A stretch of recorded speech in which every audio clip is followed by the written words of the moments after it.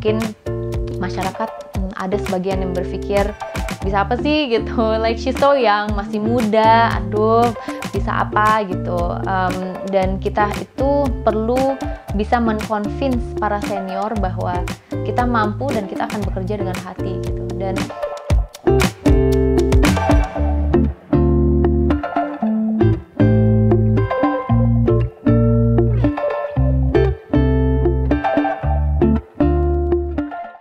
sekarang kita mau bahas tentang satu step sebelum masuk ke DPR. Di Golkar, jadi pas di Golkar, apa sih alasan motivasi Mbak Roro gabung ke Partai Golkar untuk menjadi media masuk ke DPR gitu? ya, mungkin sebelum mulai saya copot dulu maskernya. Oke, jadi pertanyaannya adalah satu step sebelum DPR gitu ya, dengan bergelut di dunia politik dan Partai Golkar. Memang pada dasarnya banyak sekali influence yang saya dapat dari Bapak sih, sosok ayah ya, yang merupakan senior di Partai Golkar dari tahun 80-an udah masuk di dalamnya.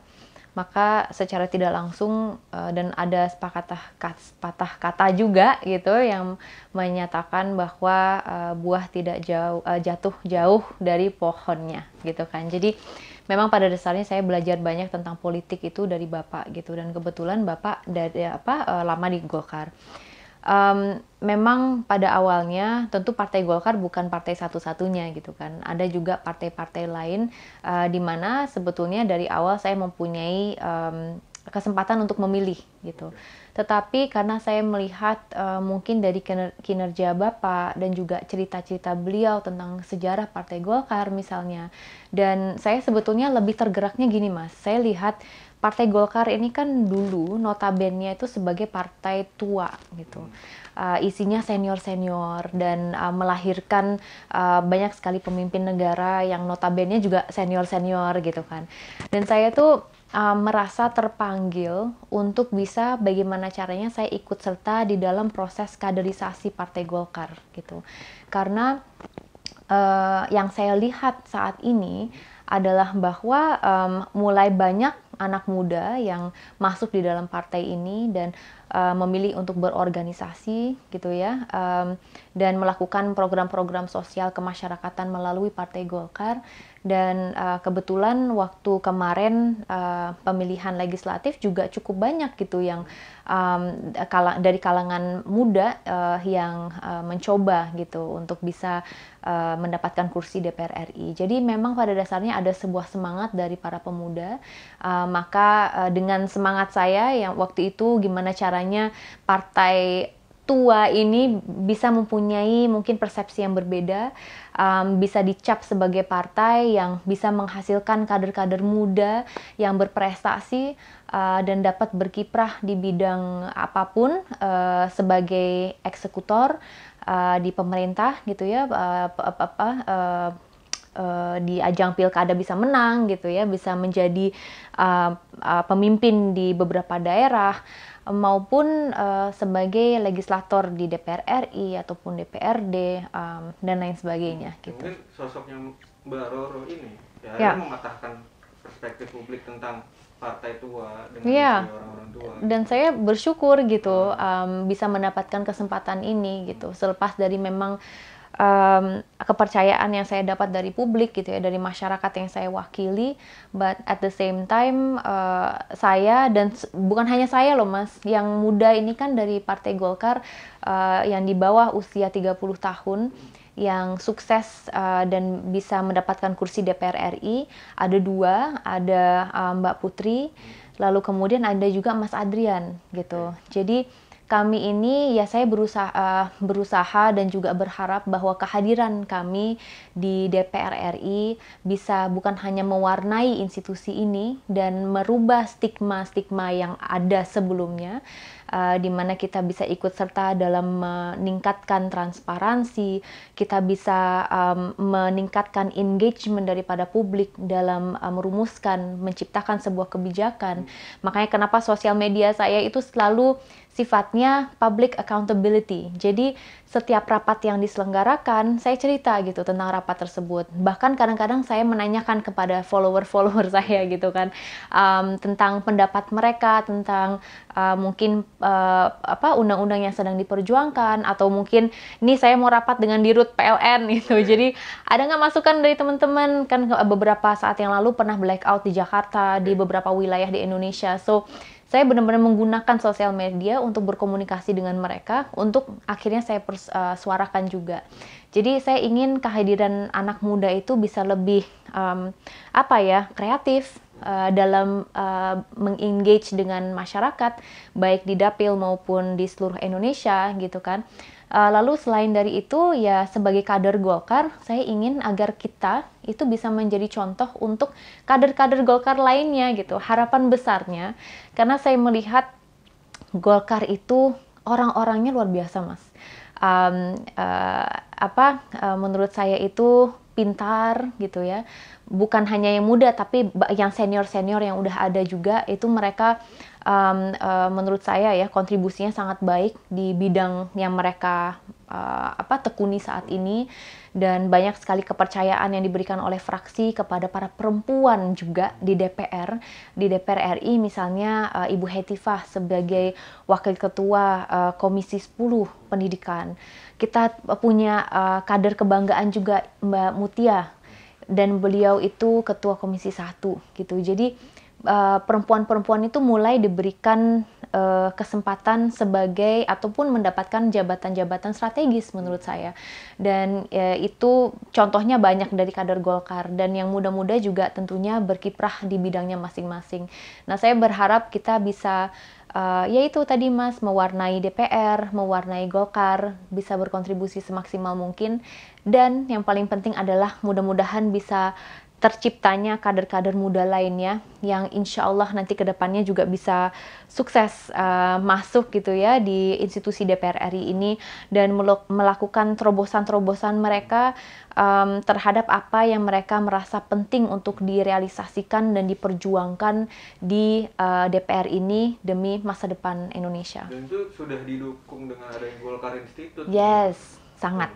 Ya. Terus bagaimana sih perjalanan berorganisasi dari Mbak Roro sebelum masuk Partai Golkar? Jadi kalau sebelum di Partai Golkar itu saya sebagai aktivis ya Mas, yang tadi saya ceritakan. Jadi setelah saya lulus kuliah dari London, waktu itu saya kembali ke Indonesia. 3 tahun, hampir 4 tahun itu saya bergelut di dunia aktivisme ini, mendirikan sebuah yayasan namanya The Indonesian Energy and Environmental Institute, sebuah institusi yang bergerak di bidang lingkungan dan juga energi. Niatnya sama, menciptakan masa depan berkelanjutan, kita kerjasama dengan pemerintah, dan dari sinilah saya belajar untuk berorganisasi gitu, bagaimana dapat menciptakan kader-kader pemuda lainnya dari lintas wilayah provinsi untuk mereka juga bisa mengkampanyekan isu-isu yang berkaitan tentang sustainability.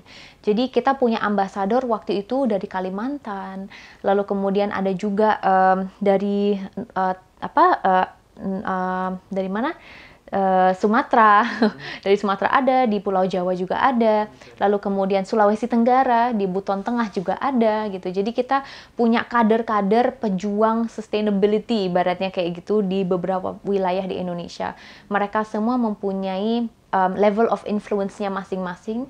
Jadi kita memonitor progres mereka dari segi engagement mereka kepada publik, kehadiran mereka, keikutsertaan mereka di dalam diskusi-diskusi baik dengan pemerintah daerah gitu ya, dengan mengenai isu-isu tersebut, agar mereka juga bisa ikut serta dalam menciptakan sebuah kebijakan secara tidak langsung dengan mereka hadir di dalam diskusi-diskusi tersebut gitu. Jadi dari situlah bahkan di institusi yang waktu itu saya wakili, itu juga ada proses kaderisasinya gitu, untuk menciptakan sebuah sumber daya manusia yang lebih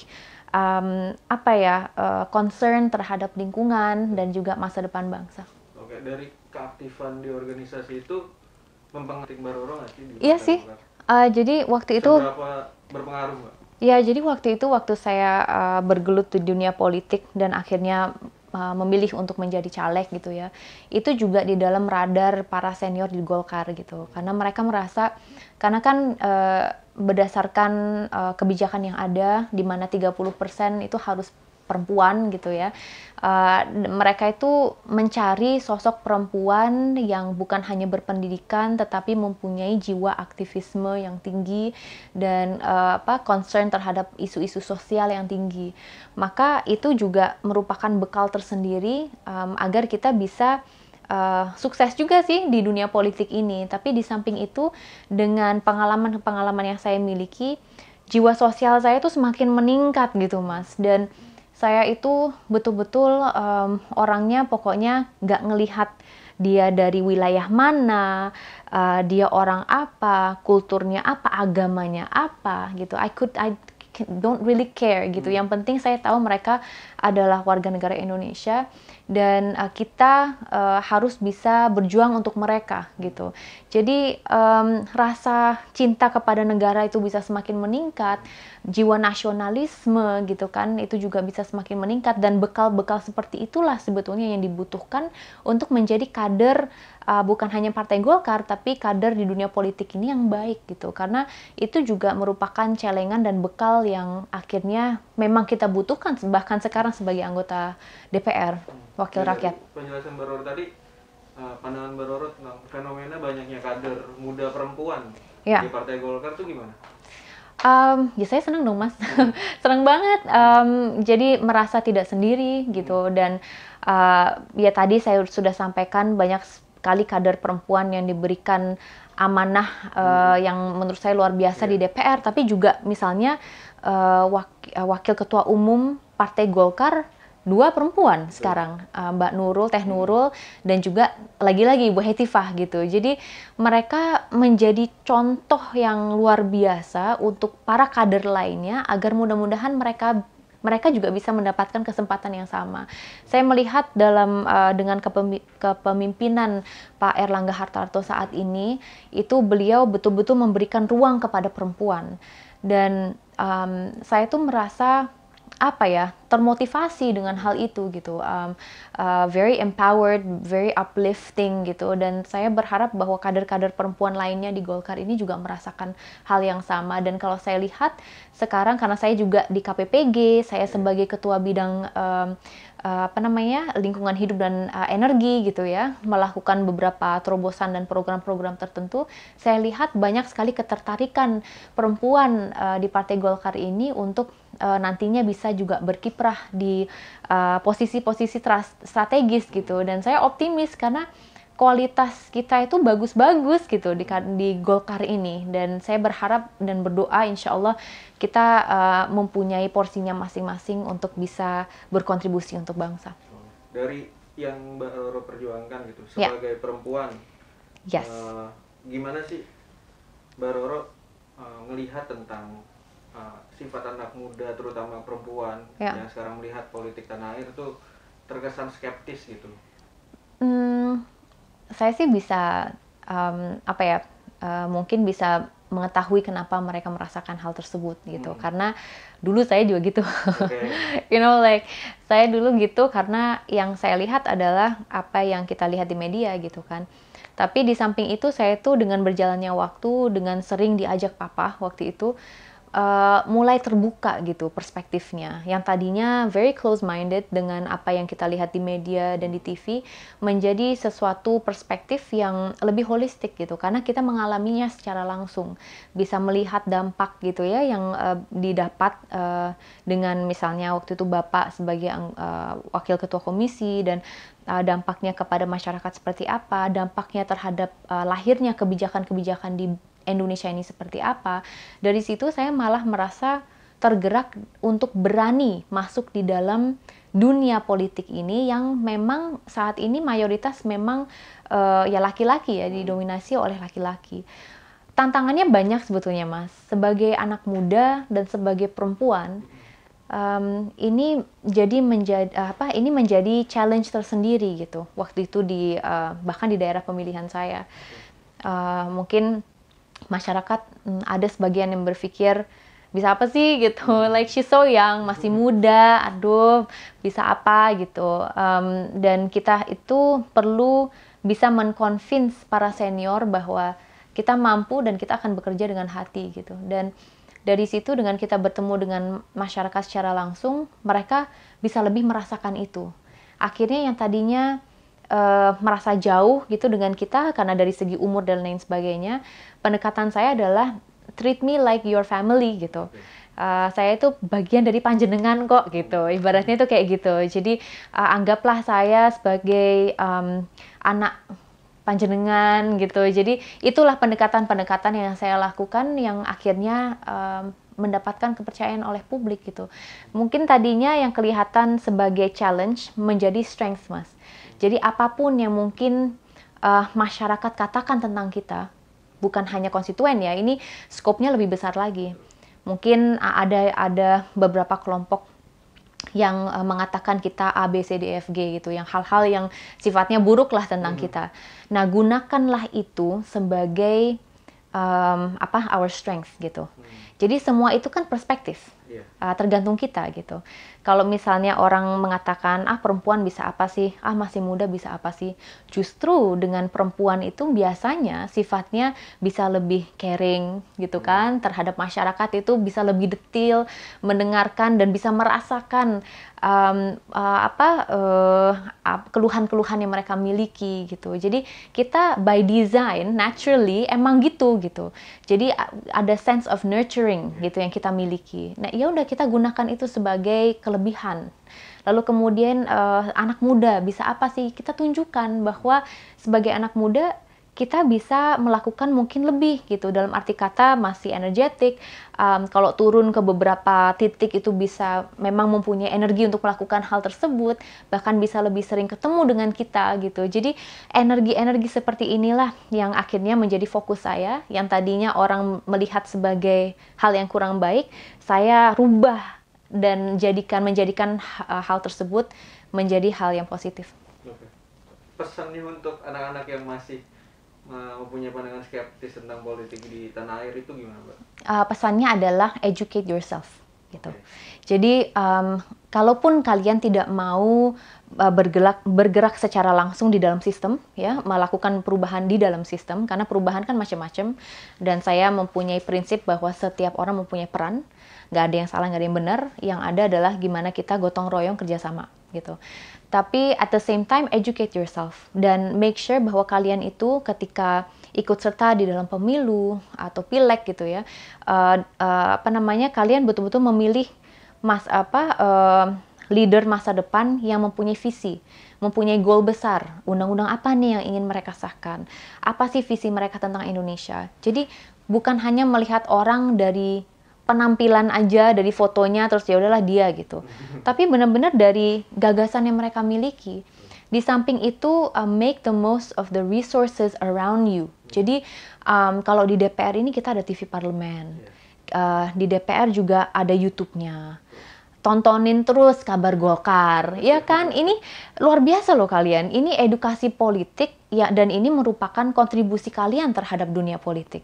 Karena tanpa kabar Golkar, tanpa kalian meluangkan waktu untuk berdiskusi dengan para senior ataupun yang junior juga yang sudah bergeluti dalam dunia ini, gimana kita bisa mengedukasikan publik gitu kan? Jadi ini menurut saya pengabdian tersendiri gitu untuk gimana caranya kita merubah stigma yang tadinya negatif menjadi ya insya Allah sesuatu yang positif dan bisa teman-teman itu bisa lebih curious gitu tentang dunia politik ini. Betul. Terakhir nih Mbak, bagaimana harapan seorang Diah Roro Esti terhadap Golkar ke depannya? Mudah-mudahan kita bisa menang.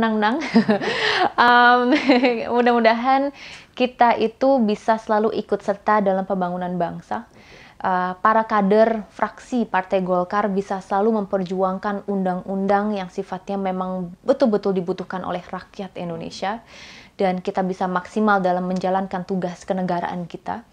Saya harap bahwa nanti ada proses kaderisasi di mana anak-anak muda lainnya di Partai Golkar ini juga bisa ikut serta mewarnai dunia eksekutif dan legislatif di Indonesia, dan nanti mudah-mudahan kursi di parlemen semakin bertambah, kursi di kabinet semakin bertambah, dan saya berharap buat teman-teman gitu ya yang menyaksikan, pokoknya lakukanlah segala sesuatu hal untuk memperbaiki diri sendiri gitu. Jadi supaya kalian itu punya bekal, makanya pendidikan tuh penting banget.